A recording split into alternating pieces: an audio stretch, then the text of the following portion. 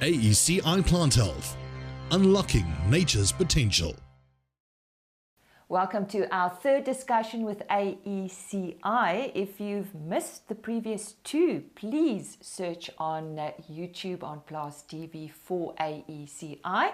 We spoke to the MD Quentin Cross, and after that we also spoke about semiochemistry. Quite an interesting discussion with them. Now today we'd like to welcome Mcgreggor Ntuli. He'll be focusing on emerging farmers. Mcgreggor, yes, the word emerging farmers. Who are they and how do they contribute to the bigger agriculture picture? Thank you. Well, maybe let's start by recognizing and realizing that you get quite a number of terms that are used to define these types of farmers. They range from either emerging farmers, some people refer to them as small-scale farmers, some smallholder farmers, subsistence farmers, and so on. However, the common factor with all of them, if you take into account, you'll realize that they all have one common factor, and that is they all aspire to become fully fledged commercial farmers at some point. So for that reason, because they are all in the developing phase of becoming a fully fledged commercial farmer at some point, I preferably prefer to use the term developing farmers. So I use an umbrella term called developing farmers because they are all farmers who are developing and aspire to become commercial farmers at some point. And the second part of your question as to what role do they play in the bigger agricultural space. Look, they play all sorts of roles that any other business would play.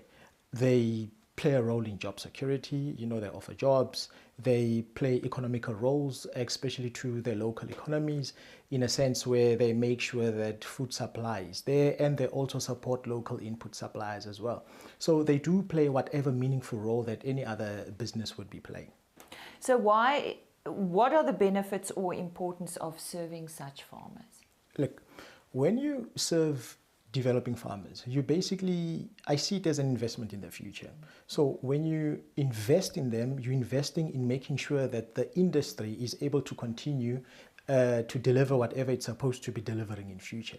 So that's why it's important to nurture these farmers and work with them step by step, every step of the way, to ensure that the future, gets to be secured in terms of agricultural supplies. And when we speak of agricultural supplies, we're speaking of both foodstuffs and non-food items, the raw agricultural supplies, which could include things like leather, wool, cotton, and so on. And how do you at AECI Plant Health serve these people? We've got a couple of ways in which we service our emerging or developing farmers. Firstly, we have direct contact and communication with them, some of whom we reach out to, some of them reach out to us, and they seek for either technical advisory services or for some of our products that we have in our product offering. Secondly, some of them, we service them through what we call the ESD support, which stands for Enterprise and Supply Development Support.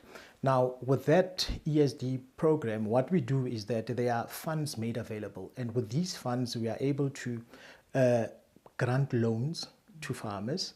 And when we grant these loans to farmers, a certain proportion of that loan will be given to them over as a grant, and then they'll only be able to pay a certain amount back. So that is entirely there, earmarked to assist them in being able to establish their businesses. So that's the ESD program. And thirdly, we also have what we call the Kula program or the Kula app. So the Kula app is a platform that we use to better support these farmers in a sense where it becomes a bit too difficult, to reach out to farmers who are based in further parts of the country. So if we can get in touch with them through the app, it makes it easier for us to be able to get in contact with them. So the Kula app and direct contact with them, and we also have our ESD program. Mcgreggor, did AECI Plant Health play any supporting role on emerging farmers during this time of COVID-19? Most definitely. So what we did is that the government has issued funding to emerging farmers or developing farmers across the country.